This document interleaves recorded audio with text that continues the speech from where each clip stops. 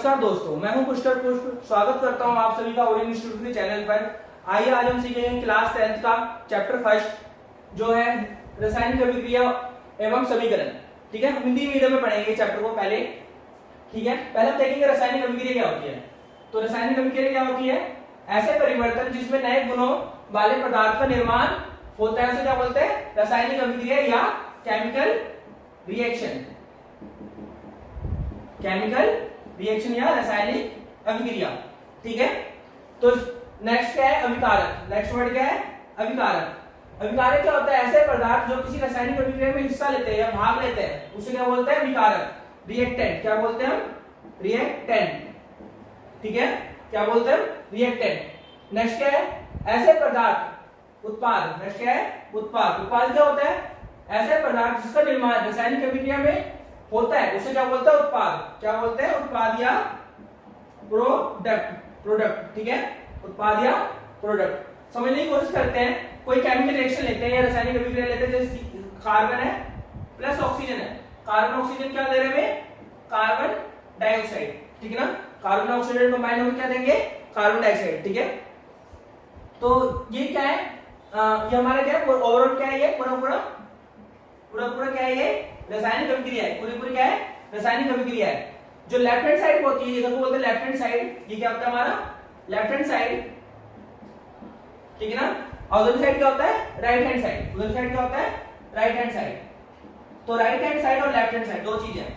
जो left hand side पे होती है, लेफ्ट हैंड साइड पे क्या है? लेफ्ट हैंड साइड पे होती है क्या होती है? अभिकारक। क्या होता है? अभिकारक। ठीक है ना, और राइट हैंड साइड पे क्या होता है? उत्पाद। लेफ्ट हैंड साइड पे क्या होती है? अभिकारक, राइट हैंड साइड पर उत्पाद। ठीक है ना, इसको इंग्लिश में रिएक्टेंट बोलते हैं, इसको प्रोडक्ट। ठीक है, रिएक्टेंट या प्रोडक्ट। यहां पर बताओ ये क्या हो जाएगा हमारा? रिएक्टेंट, ये oxygen, reactant, carbon dioxide, product, ये प्रोडक्ट। ठीक है, फिर जरा बोलो ये क्या था हमारा हिंदी में? अभिकारक। ऑक्सीजन क्या है? अभिकारक, कार्बन डाइऑक्साइड उत्पाद, और ये जो है वाटर या पानी, इसको बोलेंगे उत्पाद। नेक्स्ट हाइड्रोजन क्या होगा हमारा? हाइड्रोजन होगा हमारा अभिकारक। ऑक्सीजन क्या होगा? अभिकारक। ये क्या होगा? उत्पाद। वाटर क्या हो जाएगा? उत्पाद। ठीक है, तो ये हम समझ चुके हैं रासायनिक अभिक्रिया क्या होती है। ये सारी रासायनिक अभिक्रिया पूरी क्या बोलते हैं? रासायनिक अभिक्रिया। ठीक है ना, ये भी क्या है? हमारी रासायनिक अभिक्रिया। अभिकारक समझ चुके हैं। अभिकारक क्या होते हैं? लेफ्ट हैंड साइड पे होते हैं। उत्पाद क्या होते हैं? राइट हैंड साइड पे। ठीक है, ठीक है ना, समझ आ गया यहाँ तक। अब ना नेक्स्ट टॉपिक देखते हैं, रासायनिक अभिक्रिया के प्रेक्षण। मतलब हम क्या क्या चीजें ऑब्जर्व करते हैं। रासायनिक अभिक्रिया जब होती है तो हम क्या क्या चीज देख सकते हैं, प्रेक्षण कर सकते हैं, देख सकते हैं। अवस्था में परिवर्तन होता है। अवस्थाएं क्या होती है? अवस्थाएं पदार्थ में कितनी अवस्थाएं होती है? पदार्थ में 3 अवस्थाएं होती है। ठीक है ना, ठोस, द्रव और गैस। ठोस, द्रव और गैस। ठीक है, तो दो कैसे अवस्थाओं में परिवर्तन होते हैं। यहाँ पे तो हाइड्रोजन क्या है? हाइड्रोजन क्या होता है? गैस होता है।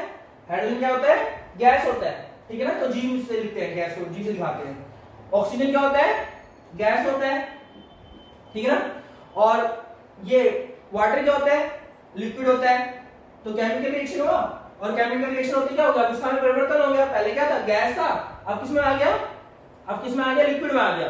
तो अवस्था में परिवर्तन समझ आ गया होगा। अवस्था में परिवर्तन का रियल एग्जांपल लिख देना आप लोग। ठीक है ना, नेक्स्ट है रंग में परिवर्तन होता है। रंग में परिवर्तन कैसे देखा होगा आपने? लोहे में जंग लगते हुए देखा होगा।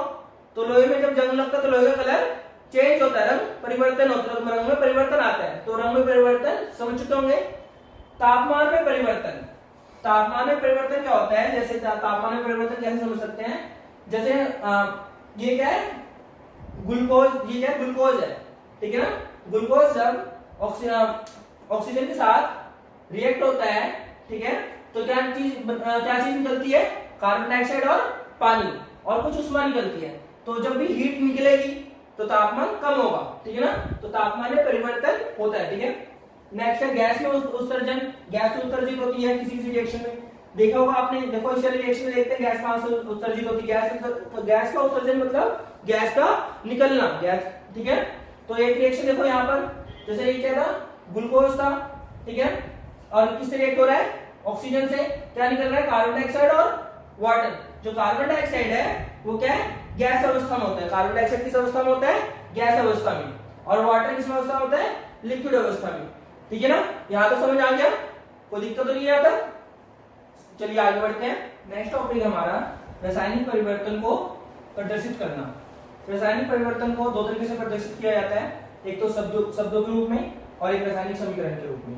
ठीक है ना, तो शब्द के रूप में कैसे करते हैं, जिंक, सल्फ्यूरिक एसिड, सल्फ्यूरिक अम्ल, एसिड को अम्ल बोलते हैं, जिंक सल्फेट और हाइड्रोजन, ये शब्द के रूप में है। ये जो शब्द के रूप में लिखा है ना हमने, हम इसको क्या करेंगे, इसको रासायनिक समीकरण किस वाले फॉर्म में लिखेंगे। ठीक है ना, रासायनिक समीकरण की फॉर्म में लिखेंगे। तो इसमें क्या करते हैं, जो एलिमेंट के सिंबल होते हैं, ठीक है ना, जो तत्व के सिंबल होते हैं, तो उसको मतलब उसको प्रदर्शित करते हैं। तो जिंक Zn से दिखाते हैं, सल्फ्यूरिक एसिड को दिखाते हैं H2SO4 से, सल्फ्यूरिक एसिड को दिखाते हैं H2SO4 से, जिंक सल्फेट को दिखाते हैं ZnSO4 से, और ये क्या होता है, हाइड्रोजन किससे दिखाते हैं, H2 से। ठीक है, तो हम इसमें ये क्या हम कैसे लिखते समीकरण, रासायनिक अभिक्रिया को कैसे दिखाते हैं, रासायनिक अभिक्रिया को रासायनिक समीकरण से प्रदर्शित करते हैं। कैसे दिखाते हैं, रासायनिक समीकरण से। जैसे कार्बन और ऑक्सीजन, कार्बन प्लस ऑक्सीजन मिलकर क्या बनाते हैं, कार्बन डाइऑक्साइड। क्या बनाता है बताओ, कार्बन डाइऑक्साइड। ठीक है, तो इसके साथ में क्या लिखते हैं, यहाँ पे लिखते हैं उसका, ये क्या गैस है ये, और क्या एक और देखो, नेक्स्ट है hydrogen plus oxygen. Hydrogen oxygen मिलकर क्या बनाते हैं बताओ, क्या बनाते हैं, वाटर। ठीक है, हाइड्रोजन ऑक्सीजन मिलकर बनाते हैं वाटर। तो बैलेंस, यहाँ पे पहले बैलेंस कर दो रिएक्शन को। तो कितने हैं, 2, यहाँ पर कितना हो जाएगा, 2, तो इधर आ जाएगा, बैलेंस हो गया। हाइड्रोजन 4 है, ठीक है ना, यहाँ पे भी 4 है, ऑक्सीजन 2 है, तो ऑक्सीजन यहाँ पे भी 2 है। तो देखते हैं ये यहाँ पे हम साथ में क्या लिख देते हैं, साथ में क्या क्या चीज लिख सकते हैं, और मतलब रिएक्शन में। ठीक है ना, ये जो हमने रिएक्शन का समीकरण लिखा है, समीकरण में बहुत सारी चीजें, बहुत सारी बात बता सकते हैं, बहुत सारी बात बता सकते हैं। कौन कौन सी बात बता सकते हैं समीकरण में, ये जान लो आप लोग। पहली बात क्या बताते हैं, हाइड्रोजन क्या है, गैस है क्या, मतलब अवस्था बता सकते हैं। क्या बता सकते हैं, अवस्था। ठीक है ना, ठोस, द्रव या गैस में से कौन सी है। तो ये कौन सी अवस्था है इसकी, हाइड्रोजन की गैस अवस्था है। ठीक है ना, गैस की अवस्था में है। ऑक्सीजन कौन सी अवस्था में है, गैस की अवस्था में। तो साथ में लिखते हैं, क्या साथ में लिखते हैं, कौन सी अवस्था है। ठीक है ना, तो गैस की अवस्था है, ये भी गैस की अवस्था है, हाइड्रोजन गैस की अवस्था में, ऑक्सीजन भी गैस की अवस्था में, और वाटर किस अवस्था में है, लिक्विड अवस्था में। ये ब्रैकेट में साथ में लिखते हैं। ठीक है ना, यहाँ पे क्या लिखते हैं, यहाँ पे लिखते हैं तापमान। क्या क्या चीज लिख सकते हैं, एरो पर, एरो बस एक सिंगल एरो लगा के ऐसे ऐसे डिनोट करते हैं। ठीक है ना, एरो को ऐसे दिखाते हैं। यहाँ पे लिखते हैं तापमान। ठीक है ना, एरो के ऊपर भी लिख सकते हैं और नीचे भी लिख सकते हैं। ठीक है ना, तापमान, ताप और उत्प्रेरक,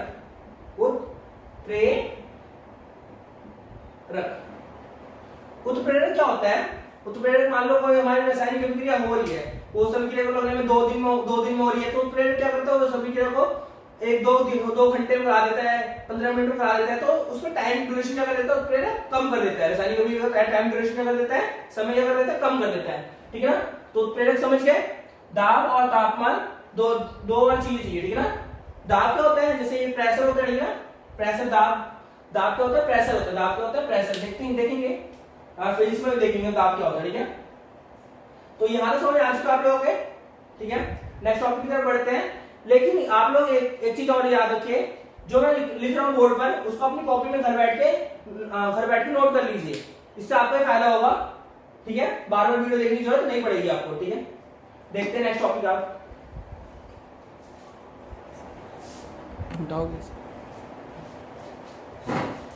हमारे पास नेक्स्ट टॉपिक है रासायनिक अभिक्रिया को संतुलित करना। ठीक है ना, रासायनिक अभिक्रिया को संतुलित करने के लिए आपके पास एनसीईआरटी में मेथड दे रखा है, heat and trial method. Heat and trial method क्या कहता है, जैसे तुक्का मारो, हीट एंड ट्रायल मेथड मतलब तुक्का मारो और रिएक्शन बैलेंस कर सकते हो तो कर लो। ठीक है, जैसे कैसे बोल रहे हैं, ये हाइड्रोजन है, ये ऑक्सीजन है। ठीक है ना, हाइड्रोजन और ऑक्सीजन क्या कर रहे हैं, हाइड्रोजन ऑक्सीजन क्या मिलकर बना रहे हैं, वाटर, पानी बना रहे हैं मिलकर। ठीक है ना, तो यहाँ पे देखो हाइड्रोजन मिलकर देखो कितने ऐसे गिनते हैं, ऐसे गिनते हैं। तो यहाँ पे 1 होता है, कुछ नहीं होता, क्या होता है 1, कुछ नहीं है तो आगे बताओ कितना होता है, आगे कितना है 1। ठीक है ना, यहाँ पे कुछ नहीं है तो आगे कितना है 1।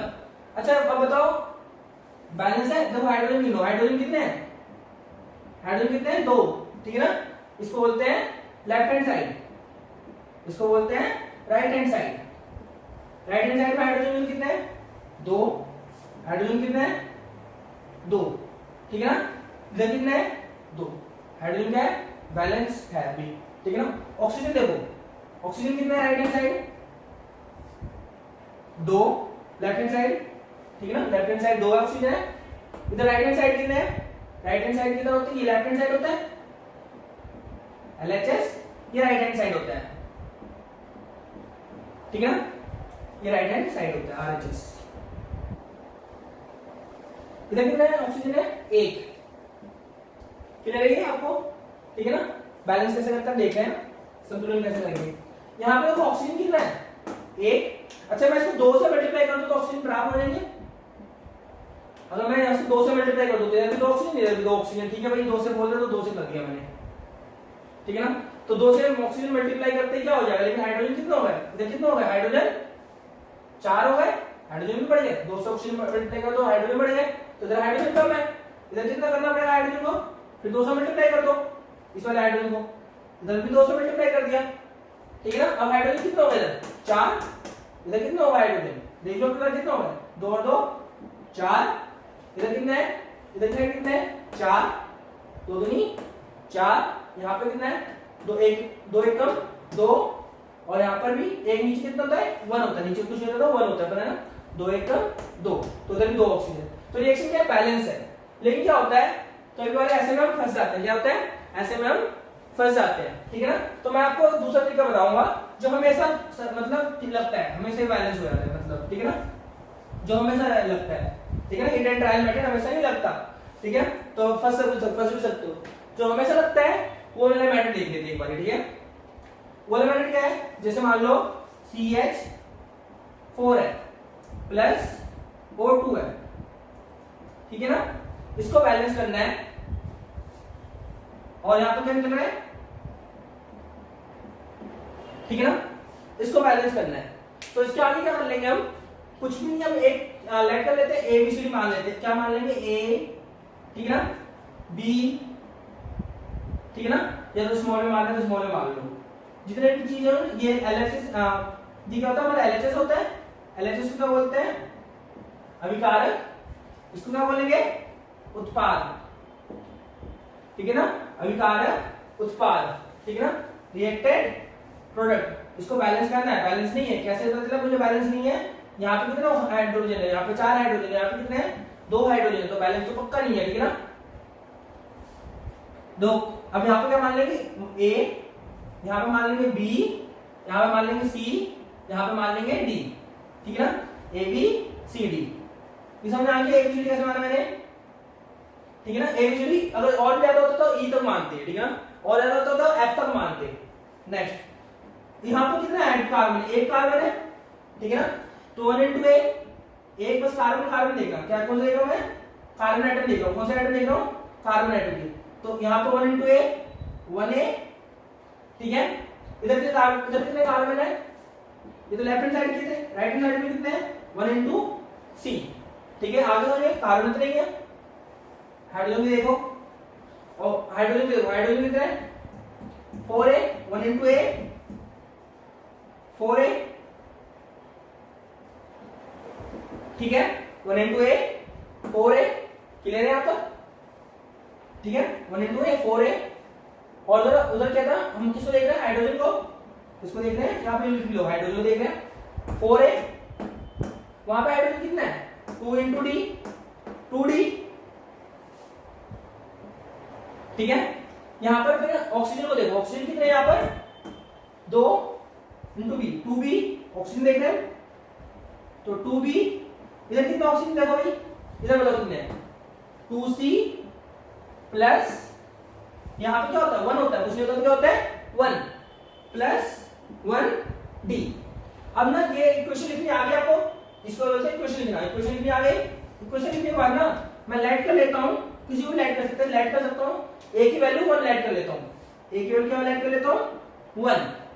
क्या लेट कर लेता हूँ? A की वैल्यू 1 है हमारे पास। जब A की वैल्यू 1 होगी, खुद सोचो, जब A की वैल्यू मैंने क्या लेट कर ली? कुछ भी मान सकते हैं, A की वैल्यू, B की वैल्यू, C की वैल्यू, D की वैल्यू। ठीक है ना। तो a की वैल्यू मैंने क्या मान ली 1, जब a की वैल्यू 1 होगी तो एक तो c की वैल्यू कितनी हो जाएगी बताओ 1 इंटू, देखो भाई क्या हो जाएगी 1 इंटू 1 कितनी हो जाएगी 1 इंटू 1 1 हो जाएगी, c की वैल्यू भी 1 हो जाएगी, ठीक है ना। तो c की वैल्यू कितनी हो जाएगी, c की वैल्यू 1 हो गई, ठीक है ना। c की वैल्यू 1 आ गई तो समझे, c की वैल्यू जब 1 हो जाएगी a की वैल्यू कितनी है यहाँ पर, देखो भाई इधर देखो a की वैल्यू कितनी है इसमें कितनी है a की वैल्यू 1, तो 4 इंटू 1 1 है ना, 1 4 जा 4 और यहाँ पे कितना है 2d, तो यहाँ से कट जाएगा d से ही कटेगा तो कितना होगा 2, ठीक है ना, सामने सामने कट जाते हैं ऐसे, ठीक है ना। तो d की वैल्यू कितनी आ गई 2, समझ आ गया, d की वैल्यू कितनी आ गई 2। अब क्या बचा हमारा b निकालना बचा, देखो 2b इज इक्वल टू, बताओ c की वैल्यू कितनी 1 2 2 2 1 2 और d की वैल्यू कितनी है 2 2 2 2 2 कितना हो जाएंगे 4, तो 2b इक्वल टू कितना है 4, तो कितना हो जाएगा बताओ b इक्वल टू 2, तो b की वैल्यू कितनी आ गई बताओ, b की वैल्यू आ गई 2, जो वैल्यू आई है उस वैल्यू को कहां पर पुट कर दो, यहां पे क्वेश्चन में पुट कर दो। देखो a की वैल्यू कितनी आई थी बताओ, खुद बताओ 1 आई थी a की वैल्यू, b की वैल्यू कितनी आई थी, b की वैल्यू 2 आई थी, c की वैल्यू कितनी आई है, c की वैल्यू 1 आई है, ठीक है ना। d की वैल्यू कितनी आई बताओ 2, ठीक है ना। अब सब अपनी गलती आप यहां से देखो, यहां पर देखो बैलेंस है कि नहीं बैलेंस है, देखो भाई कार्बन कितने इधर लेफ्ट हैंड साइड 1, ठीक है ना, इधर कितने 1, ठीक है ना, तो कार्बन बैलेंस है। हाइड्रोजन देखो भाई इधर गिनो, हाइड्रोजन कितने लेफ्ट हैंड साइड में, इधर 4 उधर कितने तो दुनी 4, तो हाइड्रोजन बैलेंस है, ठीक है ना। ऑक्सीजन देखो भाई इधर 2 दूनी 4, इधर कितने 2 2 एकम 2 प्लस प्लस का प्लस ही रखते हैं और 2 पूजा नहीं, हाँ 2 1 जा ऑक्सीजन देखना है 2 1 जा 2 सॉरी 2 1 जा 2 2 कितने हो गए ऑक्सीजन में कितने हो गए 4, तो देखो हाइड्रोजन कार्बन ऑक्सीजन बैलेंस है, तो हमारी रिएक्शन क्या हो गई है संतुलित हो चुकी है, हमारी अभिक्रिया क्या हो चुकी है संतुलित हो चुकी है, ठीक है। तो दूसरा एग्जांपल देखें, समझ आ गया। एक और एग्जांपल देखते हैं, थोड़ा मुश्किल पहली बार देखा ये मेथड, तो एक और एग्जांपल देखते हैं, क्योंकि अभी एक एग्जांपल हो गया हमारा, या इसका आंसर क्या आया था हमारा बताना 1, बताओ इसका आंसर आया था 1 2 1 2, ठीक है ना, देख लो 1 कार्बन ये बैलेंस है, ठीक है ना, 4 है ये भी बैलेंस हो गया, 4 हाइड्रोजन है 2 4 ये 4 और 4, ठीक है ना। नेक्स्ट एग्जांपल देखते हैं, ठीक है ना, ऐसे करेंगे सारे को संतुलित ऐसे ही करेंगे। आप लोग कॉपी पेन निकाल के बैठो ना, नोट भी करते रहना साथ साथ, जरूरी नोट करना। नेक्स्ट देखते हैं एग्जांपल, नाइट्रोजन प्लस हाइड्रोजन मिलकर क्या बना रहे हैं, इसको बोलते हैं अमोनिया, NH3 को बोलते हैं अमोनिया, NH3 को बोलते हैं अमोनिया, NH2 को नाइट्रोजन, H2 को हाइड्रोजन, ठीक है ना। इसमें देखो क्या है, नाइट्रोजन देखना है, नाइट्रोजन कितना है कुछ नहीं होता, क्या मानते हैं बताओ, अभी बताते हैं ABC मान लेते हैं, ABCD मान लेते हैं, तो कितने मानेंगे इधर A B A स्मॉल मान लो A B C, इसको बोलते हैं LHS, लेफ्ट हैंड साइड क्या होते हैं अभिकारक, राइट हैंड साइड को बोलते हैं उत्पाद, ठीक है ना। तो नाइट्रोजन क्या है 2 इंटू A 2A, ठीक है, तो यहाँ पे नाइट्रोजन कितना है 1 इंटू C 1C, ठीक है ना। हाइड्रोजन देख लो, हाइड्रोजन कितना देखते हैं, हाइड्रोजन कितना है, हाइड्रोजन कितना है बताओ, हाइड्रोजन है 2B, लेफ्ट हैंड साइड देखना है 2 इंटू B 2B, यहाँ पे क्या है 3C, फिर लेट कर लेते हैं, मतलब लेट क्या करना होता है A इक्वल टू, बताओ A इक्वल टू 1 मान लेता हूं मैं, ठीक है ना, A की वैल्यू क्या मान ली 1, अब यहां से C की वैल्यू कितनी जाएगी बताओ 2 1 जा 2, यहाँ पे इसकी C की वैल्यू कितनी आ गई, C की वैल्यू कितनी आ गई यहाँ पे बताओ, C की वैल्यू कितनी आ गई 2, A की वैल्यू कितनी थी 1, A की वैल्यू कितनी थी 1, C की वैल्यू 2 आ गई है, यहाँ पे डाल दो 2 इंटू बी, बी की वैल्यू कितनी आएगी 3 इंटू 2, 2 से 2 कट गया, बी की वैल्यू कितनी आ गई 3, तो ए बी सी की वैल्यू निकल गई, बी की वैल्यू कितनी आ गई बताओ, बी की वैल्यू 3 आ गई। इजी है, समझ आ रहा है? तो देखते हैं एबीसी की वैल्यू यहां पुट कर देंगे हम। देखो एबीसी की वैल्यू पुट कर रहा हूं, ए की वैल्यू 1 है, बी की वैल्यू 3 है और सी की वैल्यू 2 है। ठीक है, यहां तक समझ आ गया। अब नाइट्रोजन देखो कितना बैलेंस के लिए लेफ्ट हैंड साइड देखो कितना नाइट्रोजन, 2 नाइट्रोजन है, राइट हैंड साइड यहां पे 1 होता है, 2 नाइट्रोजन कर दिया। हाइड्रोजन देखो 6 है, इधर भी देखो भाई 6 है, बैलेंस हो गया। ठीक है ना, तो ऐसे बैलेंस करते हैं। नेक्स्ट सेक्शन देखेंगे एक और एग्जांपल देखेंगे। ठीक है, ये पेपर बहुत 3 नंबर का जरूर आएगा पेपर में, ठीक है, बोर्ड में, तो जरूर कर देखना एकदम से। ठीक है, डिफिकल्ट लगता है बच्चों को काफी, पहले चैप्टर में सबसे मुश्किल चीज यही लगती है, बैलेंस कैसे करते हैं। और ये एनसीईआरटी में भी नहीं है, ठीक है, ये मैं अपने तरीके से बता रहा हूं। ठीक है, और सबसे आसान तरीका यही है जिसमें कभी गलती भी नहीं होगा हमारा। Fe2O3 plus Al, Al2O3 plus Fe, इसको बैलेंस करते हैं थोड़ा। क्या मान लेते बताओ, खुद ही बताओ क्या बात मानेंगे इसको। ए मान लू, बी सी डी, यही बोलना चाह रहे ना, एबीसीडी, इससे ज्यादा नहीं मानते ना। ठीक है ना, ये क्या होता है हमारा लेफ्ट हैंड साइड एलएचएस, ये क्या होता है आरएचएस राइट हैंड साइड। ठीक है, इसको क्या बोलते हैं बताओ, उत्पाद, सॉरी अभिकारक, इसको उत्पाद। ठीक है ना, एरो पे क्या लिखते हैं, तापमान, दाब और उत्प्रेरक। क्या लिखते हैं, तापमान, दाब और उत्प्रेरक। चलो अब बैलेंस शुरू करते हैं। एफ देखना है, कितना है 2a, 2a, यहां पे कितना है 1 इंटू डी, 1d। ठीक है ना, यहां पे कितना है ऑक्सीजन हो गया, ठीक है, ऑक्सीजन देखो भाई, ऑक्सीजन, ऑक्सीजन देखो, Fe हो गया, ऑक्सीजन बताओ, ऑक्सीजन खुद ही बताओ 3a। यहां पे कितना है, यहां पर ऑक्सीजन है 3c, क्लियर है, ऑक्सीजन। डी अब क्या बचा है, ए हो गया, बी हो गया और डी बचा है, Fe हो गया, एल्युमिनियम बचा है ना। तीसरा एलिमेंट कौन सा बचा है, 3 एलिमेंट हमारे पास, आयरन, ऑक्सीजन और एल्युमिनियम, इसके अलावा कोई एलिमेंट नहीं है पूरे रिएक्शन में। ठीक है ना, पूरी अकेले में कोई और नहीं एलिमेंट सॉरी, एल्युमिनियम क्या भाई 1b, यहां पे कितना है 2c। किसको मानूं लेट, किसी को मान सकता हूं मैं, लेट किसको मानता हूं ज्यादा बताओ, लेट a इक्वल टू 1। ठीक है ना, a इक्वल टू 1, तो b की वैल्यू कितनी आ गई, तो कितना हो गया भाई, तो बताओ a इक्वल टू 1 मानते ही 2 इंटू 1 इक्वल टू d, तो d की वैल्यू कितनी आ गई 2 हो गई, d की वैल्यू कितनी हो गई 2, d की वैल्यू 2 आ गई, a की वैल्यू 1 आ गई, a की वैल्यू 1 यहां पर से देखो भाई 3 से 3 कट जाएगा, कट जाएगा, तो a इक्वल टू c आ गया, तो c की वैल्यू कितनी आ गई, c की वैल्यू भी 1 आ गई। कोई डाउट है, c की वैल्यू 1 आ गई। जब c की वैल्यू 1 आ गई तो 2 b की वैल्यू देखो भाई, b की वैल्यू यहां पुट करो,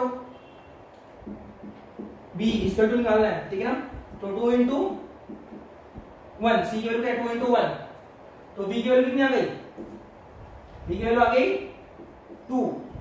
कोई डाउट है, ठीक है ना, समझे, एबीसीडी आ गई हमने। अब क्या करना होता है, इसको पुट करना होता है, एक जगह कितना है एबीसीडी हटा लो, एबीसीडी हटा दो और पुट करके देख लो, ये a की जगह 1 है, a की जगह 1 है, b की जगह 2 है, c की जगह 1 है और d की जगह 2 है। तो रिएक्शन बैलेंस हो गई, चेक करते हैं। ठीक है ना, Fe इधर लेफ्ट हैंड साइड में देखो कितने Fe, आयरन कितने हैं 2, राइट हैंड साइड में 2 1 जा 2, तो Fe बैलेंस है। ऑक्सीजन, ऑक्सीजन कितने इधर 3, इधर कितने भाई 3, ऑक्सीजन बैलेंस है। ठीक है ना, एल्युमिनियम इधर कितने हैं 2, उधर भी कितने हैं 2, तो एल्युमिनियम बैलेंस है। तो एनसीईआरटी का तुक्के वाला तरीका यूज नहीं करोगे, ठीक है। जो मैंने बताया वो तरीका यूज करोगे, इससे हमें निकल आता है आंसर, ठीक है। ये बेस्ट तरीका है, ठीक है। ये क्लास में टीचर भी बताएंगे आपको। और आगे बढ़ते हैं नेक्स्ट टॉपिक की तरफ, ठीक है।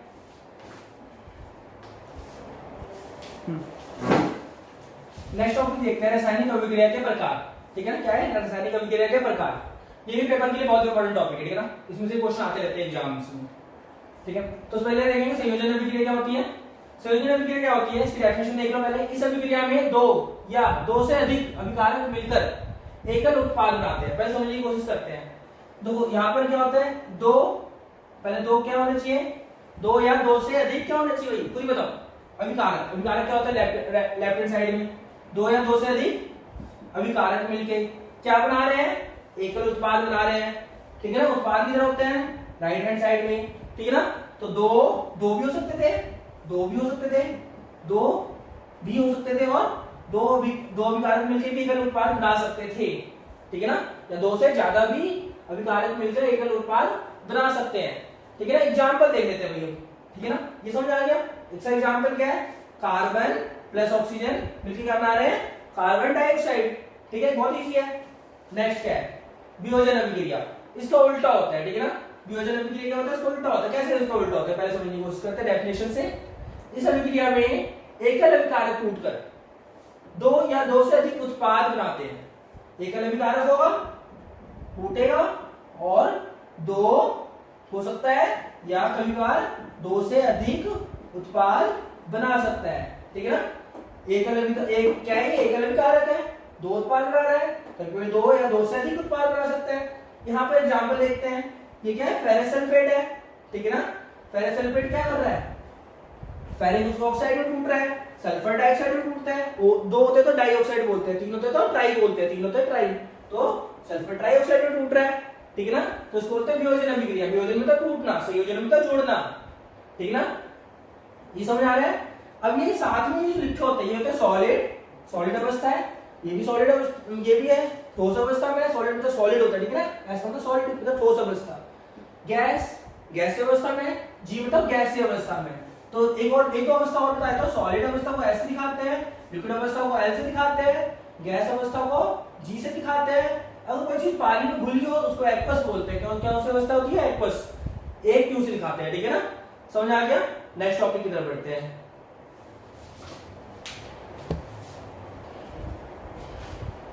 रासायनिक अभिक्रिया के प्रकार में आगे बढ़ते हैं। आगे है ऊष्माक्षेपीय अभिक्रिया। ऊष्माक्षेपीय अभिक्रिया होती है, ऊष्माक्षेपीय अभिक्रिया होती है जिन अभिक्रियाओं में उत्पाद के निर्माण के साथ साथ ऊष्मा का उत्सर्जन होता है, ठीक है ना। ऊष्मा मतलब हीट, ठीक है ना। ऊष्मा का उत्सर्जन होता है, ऊष्मा निकलती है, उसको बोलते हैं ऊष्माक्षेपी, ठीक है ना। यहां से बदल जाए, ऊष्माक्षेपी मतलब ऊष्मा का निकलना, ठीक है ना, ऊष्मा का निकलना। तो जैसे चाय होती है, चाय में से ऊष्मा निकलती है, हीट निकलती है जब चाय आती है तो, ठीक है ना। उसे बोलते हैं ऊष्मा, हीट, ठीक है ना। किसी भी प्रक्रिया में भी हीट निकलती है, ऊष्मा निकलती है। कौन सी प्रक्रिया में ऊष्मा निकलती है, इसको बोलते हैं मीथेन। मीथेन को जब जलाते हैं, किसी भी चीज को जलाने के लिए ऑक्सीजन की जरूरत होती है। किसको जरूरत होती है, ऑक्सीजन की। तो मीथेन को जलाते हैं तो बनता है हवा पानी। क्या बनता है, हवा पानी।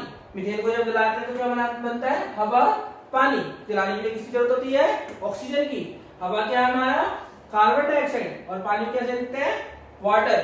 तो किसी चीज को जलाते हैं तो क्या निकलती है, ऊष्मा निकलती है ना। किसी चीज को गर्म करा होगा तो भाई हीट निकलती होगी, देखा हो गर्म हो जाता हो। तो किसी भी चीज को जलाते हैं तो उसमें से क्या निकलती है, ऊष्मा। जिससे भी ऊष्मा निकलती है तो कौन सी रिएक्शन होगी, वो ऊष्माक्षेपीय अभिक्रिया होगी, ठीक है ना। समझ गए। नेक्स्ट देखो भाई, ऊष्माशोषीय अभिक्रिया। ऊष्माशोषी, देखो यहाँ पे वर्ड है ऊष्मा शोषण करना, मतलब ग्रहण करना, ऊष्मा को लेने वाला। डेफिनेशन समझ लेते हैं। जिन अभिक्रियाओं में अभिकारकों को तोड़ने के लिए प्रकाश तथा विद्युत ऊर्जा की आवश्यकता पड़ती है, उसको क्या बोलते हैं, ऊष्माशोषीय अभिक्रिया। जैसे ये क्या है, अभिकारक है, इसको मुझे तोड़ना है, वियोजन करना है। तोड़ना मतलब वियोजन करना है, तो इसको वियोजन अभिक्रिया भी बोल सकते हैं एक हिसाब से, ठीक है ना। तो इसको तोड़ना है, तो तोड़ने के लिए क्या यूज किया हमने, प्रकाश, ठीक है ना। तो क्या निकल रहा है, ठीक है, सिल्वर क्लोराइड, ठीक है ना। सिल्वर क्लोराइड से किसमें टूट रहा है, सिल्वर में और क्लोरीन में। ये क्या है, सिल्वर ब्रोमाइड, किसमें टूट रहा है, सिल्वर और सॉरी आप गलत हो गया था, सिल्वर और ब्रोमीन में, ठीक है ना, सिल्वर और ब्रोमीन में। ये रिएक्शन पेपर में पूछ लेते हैं बार बार। ये रिएक्शन क्या होती है, जो सिल्वर क्लोराइड है, सिल्वर क्लोराइड कौन सा कलर का होता है, दूसरा कलर का, कौन सा कलर का होता है, दूसरा रंग का होता है, ठीक है ना, सिल्वर क्लोराइड, ठीक है। और इसको यूज करते हैं photo black and white photography में। क्या यूज करते हैं, ब्लैक एंड व्हाइट फोटोग्राफी में, याद रखना, ब्लैक एंड व्हाइट फोटोग्राफी में यूज करते हैं, फोटोग्राफी में यूज करते हैं। कहां यूज करते हैं इसका, ब्लैक एंड व्हाइट फोटोग्राफी में। एक और उपयोग का तरीका है, एक और तोड़ने का तरीका क्या है, एक तो प्रकाश से तोड़ सकते हैं, एक और चीज किससे तोड़ सकते हैं भाई, किससे तोड़ सकते हैं, विद्युत से, करंट से। जब हम किसी सॉल्यूशन में इलेक्ट्रिसिटी पास करा देते हैं ना, इलेक्ट्रिसिटी पास कराते हैं, तब पर भी चीजें टूट सकती हैं, तब पर भी चीजें टूट सकती हैं। अभी हायर स्टडी क्लासेस में पढ़ेंगे, फिर भी आप रिएक्शन याद कर लो, ठीक है ना। रिएक्शन क्या कौन सा है, देखो मुझे वाटर को तोड़ना है, वाटर को क्या तोड़ा मैंने, विद्युत पास कराया, ठीक है ना, तो पानी किसमें टूट गया है, हाइड्रोजन और ऑक्सीजन में, ठीक है ना। तो दो तरीके तोड़ने के, एक तो प्रकाश से तोड़ सकते हो और एक इससे विद्युत से। विद्युत क्या करती है, गर्मी पैदा करती है ना, बल्ब बहुत थोड़ी देर चलता है तो क्या होता है, गर्म हो जाता है, तो क्या होती है, उष्मा होगी, तो उष्मा क्या करती है, बॉन्ड को तोड़ देती है, ठीक है, चीजों को तोड़ देती है। तो वही क्या कर रही है, वाटर को तोड़ किसमें बन रही है, हाइड्रोजन और ऑक्सीजन, ठीक है। याद समझ आ गया। नेक्स्ट क्वेश्चन की तरफ बढ़ते हैं। चलिए अब देखते हैं विस्थापन अभिक्रिया होती है, किधर देखना है, विस्थापन अभिक्रिया। बहुत आसान है, नाम से ही पता चल रहा है, मतलब एक को हटा के दूसरी जगह बैठ जाएगा, मतलब देख रहे हो। तो इसमें क्या होता है भाई, जैसे देखो इन अभिक्रिया में क्या होता है, अधिक क्रियाशील तत्व कम क्रियाशील तत्व को उसके यौगिक से विस्थापित कर देता है। लेकिन हमें ये कैसे पता लगेगा, ये वर्ड देखो, अधिक क्रियाशील तत्व कम क्रियाशील तत्व को हटाता है, ठीक है ना। ये तो पता चल गया, अधिक क्रियाशील होना चाहिए, मतलब ताकतवर होना चाहिए। ताकतवर किसको हटा सकता है, कमजोर को हटा सकता है, कमजोर तो नहीं हटा सकता ना ताकतवर को। लेकिन हम यहाँ पे डिसाइड कैसे करेंगे कमजोर कौन है, ताकतवर कौन है। जैसे हमें ये देखो, मैंने एक रिएक्शन लिखा है यहाँ पर, ZnCuSO4। तो इसने क्या करा भाई, Zn ने किसको हटा दिया, किसको हटाया भाई, Cu को हटा दिया, और क्या बना दिया, ZnSO4 और Cu बाहर निकल गया। तो इसको हटा दिया ना, तो ये कमजोर होगा, पक्का कमजोर होगा, और ये क्या होगा, ताकतवर। अभी डिसाइड कैसे करें कमजोर है ताकतवर है, इसको देख के डिसाइड कैसे कर पाओगे कमजोर है ताकतवर है। इसके लिए होती है रिएक्टिविटी सीरीज। क्या होती है, रिएक्टिविटी सीरीज। रिएक्टिविटी सीरीज क्या होती है पहले ये समझ लो। ये होता है sodium, potassium, sodium, calcium, magnesium, aluminium, zinc, iron, lead, सीसा बोलते हैं हिंदी में, और ये क्या हमारा hydrogen, copper, mercury, silver, gold. अब जो उसमें सबसे ऊपर होगा, जो सबसे ऊपर होगा वो ताकतवर होगा, उसके पास होगी ताकत, ठीक है ना, वो क्या होगा, ताकतवर, और उसके पास होगी ताकत। किसको, कमजोर को उठा के फेंक देने के लिए। देखो भाई जिंक और कॉपर में कौन है ताकतवर, देखो जिंक ऊपर है, कॉपर और जिंक में जिंक ऊपर है ना, तो ये ताकतवर था, तभी तो उसको कॉपर उठा के फेंक पाया। तो इसको याद कैसे करेंगे भाई, ये एक्टिविटी सीरीज मुझे तो याद थी, आपको लोग कैसे याद करोगे, आप लोगों के लिए ट्रिक बना रखी है मैंने, ठीक है। ट्रिक देखो क्या भाई, काका, नाना, चाचा, मामा, ऑल जने, फिर पंजाब होलिये, कॉपर खाया, मरकरी हगा, और चांदी सोना पहन के भाग गए, ठीक है ना। फिर दोबारा ट्रिक बता देता हूं, कॉपी में लिख लेना। काका, नाना, चाचा, मामा, ऑल जने, फिर पंजाब होलिये, कॉपर खाया, मरकरी हगा, चांदी सोना पहन के भाग गए। अब मैं तुमसे अगर ये कोई पूछे तुमसे ये रिएक्शन पूछ ले, बताओ भाई ZnSO4 है और कॉपर है, क्या रिएक्शन होगी, ठीक है, नहीं होगी, ठीक है ना। देखो मुझे किसको हटाना है, Zn को कौन हटाएगा, कॉपर को क्या होना चाहिए था, Zn से ताकतवर, है ना, तभी तो हटा पाएगा, तभी तो रिएक्शन करा पाएगा, अभिक्रिया करा पाएगा, ठीक है ना। देखो यहाँ पर कॉपर कहाँ है, Zn से नीचे, तो ये रिएक्शन क्या हो पाएगी, नहीं हो पाएगी, ये रिएक्शन अभिक्रिया नहीं हो पाएगी। आगे समझे, ये रिएक्शन नहीं हो पाएगी, ये ताकतवर नहीं है, ये क्या है, कमजोर। इसको क्या होना चाहिए था, ताकतवर ही हटा सकता है। आगे समझे, ये बहुत इंपॉर्टेंट रिएक्शन है इसलिए, ठीक है ना। आगे समझे, नेक्स्ट क्या है, द्विविस्थापन अभिक्रिया। द्विविस्थापन अभिक्रिया क्या कहलाती है, इन अभिक्रिया में उत्पादों का निर्माण दो यौगिक के बीच के आयनों के आदान प्रदान से होता है। अब आयन क्या होता है भाई, आयन होता है जैसे ये है मैग्नीशियम है, ये Mg2+ लिखते हैं तो इसको बोलते हैं आयन। क्या क्लोरीन है Cl-, इसको क्या बोलते हैं आयन, ठीक है ना। Zn2+ है, इसको बोलते हैं हम आयन।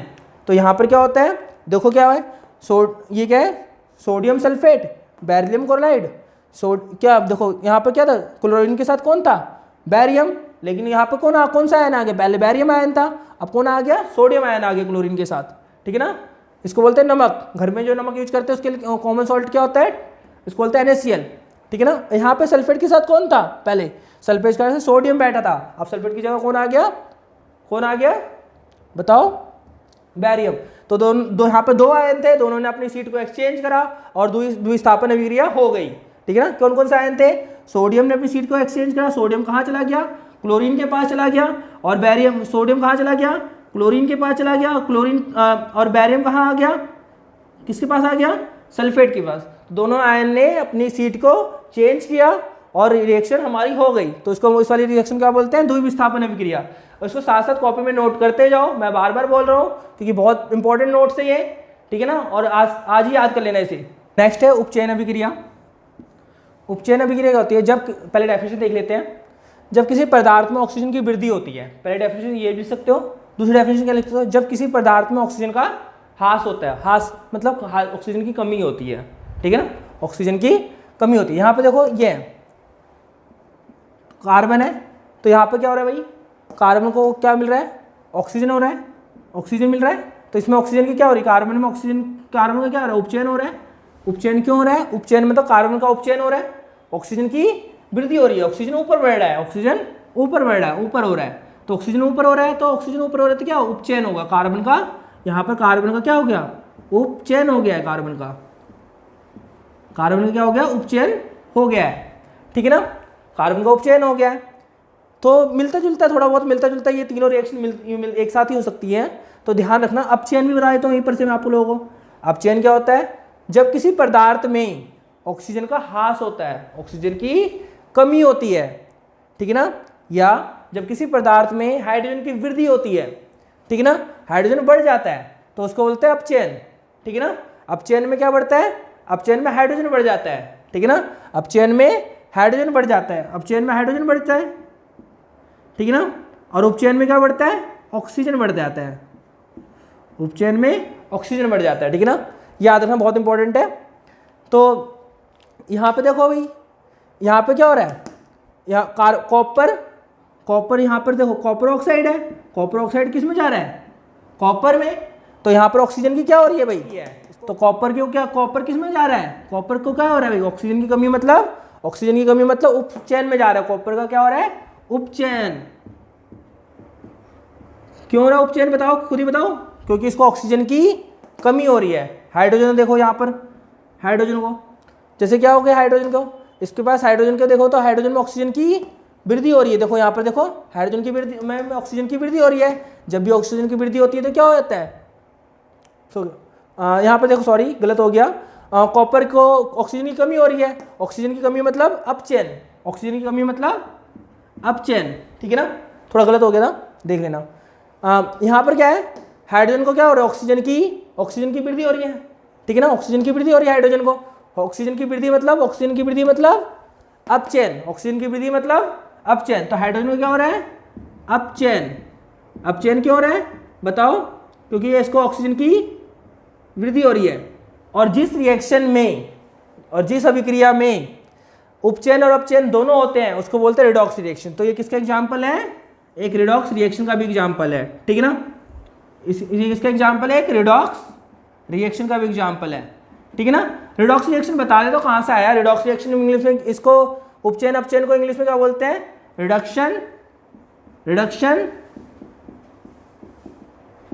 रिडॉक्स की फुल फॉर्म बता देता हूँ, ये उसका मतलब होता है ऑक्सीडेशन, क्या होता है, ऑक्सीडेशन, रिडक्शन और ऑक्सीडेशन, ठीक है, तो इसको बोलते हैं रिडक्स रिएक्शन। तो जिस रिएक्शन में रिडक्शन भी हो रहा है ऑक्सीडेशन भी हो रहा है उसको रिडॉक्स बोलते हैं, या हिंदी में बोलना चाहूँ तो रिडॉक्स रिएक्शन किसको बोलते हैं, जिसमें उपचयन भी हो और अपचयन भी हो, ठीक है ना। तो यहाँ तक समझ आ गया। तो उपचयन क्या होता है बताओ, उपचयन क्या होता है, ऑक्सीजन की वृद्धि। यहाँ पर क्या होता है बताओ, ऑक्सीजन की वृद्धि किसको हो रही है, हाइड्रोजन को, तो हाइड्रोजन किस में क्या है, हाइड्रोजन किस में गया है भाई? ऑक्सीजन की वृद्धि, ऑक्सीजन की वृद्धि मतलब किस में गया हाइड्रोजन? सॉरी, हाइड्रोजन किस में गया था? उपचयन, यहाँ पर फिर गलत लिख दिया मैंने। हाइड्रोजन किस में गया है? उपचयन में। हाइड्रोजन किस में गया है? उपचयन में। यहाँ पर क्या है भाई? कॉपर ऑक्साइड, कॉपर में क्या हो रहा है? ऑक्सीजन की कमी। ऑक्सीजन की कमी क्या होती है? अपचयन। ऑक्सीजन की कमी क्या होती है? अपचयन। ठीक है ना, समझ आ गया? यहाँ पर कॉपर में ऑक्सीजन की कमी, अपचयन। हाइड्रोजन में ऑक्सीजन की वृद्धि, उपचयन। ऑक्सीजन की वृद्धि, उपचयन। ठीक है ना, कंफ्यूज मत होना। ठीक है ना, नेक्स्ट टॉपिक देखते हैं। नेक्स्ट टॉपिक है दैनिक जीवन में उपचयन अभिक्रियाओं के प्रभाव। उसमें क्या है, हमारा पहला टॉपिक देखना है संक्षारण। संक्षारण क्या होता है? देखा होगा आपने, जैसे चांदी है, चांदी कैसे कलर की हो जाती है भाई? काले कलर की हो जाती है। तांबा है, तांबा हरे कलर का हो जाता है। तांबा कैसे कलर का होता है? हरा कलर का हो जाता है। ठीक है ना, या लोहे की वस्तु पे कभी जंग लग जाता है। ये सब किससे एग्जाम्पल है? संक्षारण की। ठीक है ना, तो ये होता क्या है, इसकी डेफिनेशन भी देख लेते हैं। संक्षारण तो समझ चुके होंगे, कभी कभी ये चीज़ें हो जाती हैं, मतलब उनका कलर ही चेंज हो जाता है धातुओं का, तो किसी की वजह से होता है? संक्षारण की वजह से। संक्षारण होता क्या है, डेफिनेशन क्या है, साइंस पेपर में कैसे लिखोगे? ये लाइन लिखोगे, पूरे नंबर मिल जाएंगे। लाइन क्या है? जब कोई धातु ऑक्सीजन, आर्द्रता या अम्ल, ठीक है ना, किसमें ऑक्सीजन, आर्द्रता, आर्द्रता मतलब एसिड, ठीक है ना, आर्द्रता मतलब एसिड, ऑक्सीजन, आर्द्रता। एसिड को किससे दिखाते हैं? H+ आयन से, अभी बताऊंगा नेक्स्ट चैप्टर में। एसिड, आर्द्रता, सॉरी आर्द्रता, आर्द्रता, आर्द्रता होती है, सॉरी। संक्षारण की डेफिनेशन फिर दोबारा देखते हैं। संक्षारण की डेफिनेशन देख लेते हैं एक बारी। जब कोई वस्तु, दो गलती हो रहा है, संक्षारण की डेफिनेशन देख लेते हैं। जब कोई धातु ऑक्सीजन, आर्द्रता, अम्ल आदि के संपर्क में आती है तो उसे संक्षारण कहते हैं। तो उससे धातु की परत क्या होती है? कमजोर हो जाती है। धातु की परत कैसी हो जाती है? कमजोर हो जाती है, उसे संक्षारण बोलते हैं। तो देखो, धातु किसके संपर्क में आने चाहिए? धातु किसके संपर्क में होना चाहिए? जो मेटल होता है किसके संपर्क में होना चाहिए? तो ऑक्सीजन के संपर्क में आ जाए, ठीक है, तब संक्षारण हो सकता है। या आर्द्रता के संपर्क में आ जाए। आर्द्रता क्या होती है भाई? ह्यूमिडिटी होती है, पानी, ठीक है ना। आर्द्रता क्या होती है? पानी के संपर्क में आ जाए या एसिड के संपर्क में आ जाए। धातु मतलब मेटल, धातु मतलब मेटल, मेटल किसके संपर्क में आ जाए? या तो एसिड के संपर्क में आ जाए। तो इससे क्या होता है? धातु की परत क्या होती है? कमजोर हो जाती है, उसको क्या बोलते हैं? संक्षारण बोलते हैं। अब इससे क्या होता है? धातु खराब हो जाती है, हमारी धातु क्या होती है? खराब हो जाती है, ठीक है ना। तो इसको रोकने के उपाय भी होंगे हमारे पास। हाँ, इसको रोकने के उपाय हैं हमारे पास। इसको रोकने का उपाय क्या है भाई? हमें धातु को पेंट करना पड़ता है। लोहे को क्या करना पड़ता है?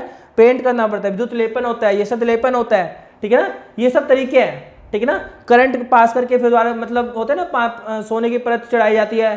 देखो अगर नकली सोना होता है ना, मार्केट में आता है, तो सोने की परत चढ़ाई जाती है। तो ये सब क्या होता है? एक तरीका होता है धातु को बचाने का।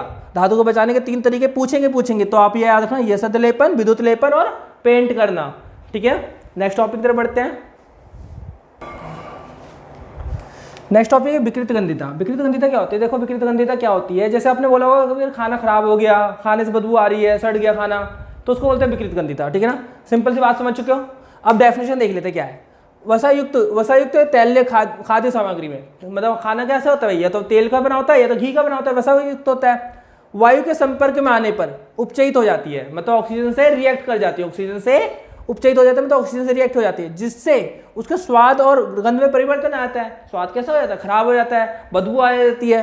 तो उसके क्या बोलते हैं हम? विकृत गंधिता। ये तो हमारे लिए क्या होती है? अच्छी चीज है, बेकार चीज है? बेकार चीज है, तो इसको हमें रोकना पड़ेगा। तो उसको रोकने का उपाय पेपर में आ सकते हैं। तो रोकने का उपाय क्या होता है भाई? हमें ऑक्सीजन से ऐसी जगह रखें ऑक्सीजन से रिएक्ट ही ना कर पाए, ठीक है ना। तो कैसे रखें ताकि ऑक्सीजन से रिएक्ट कर ना पाए, या मतलब ऑक्सीजन से रिएक्ट नहीं कर पाए। जैसे चिप्स रखते हैं, चिप्स में क्या, कौन सी गैस भर के रख देते हैं?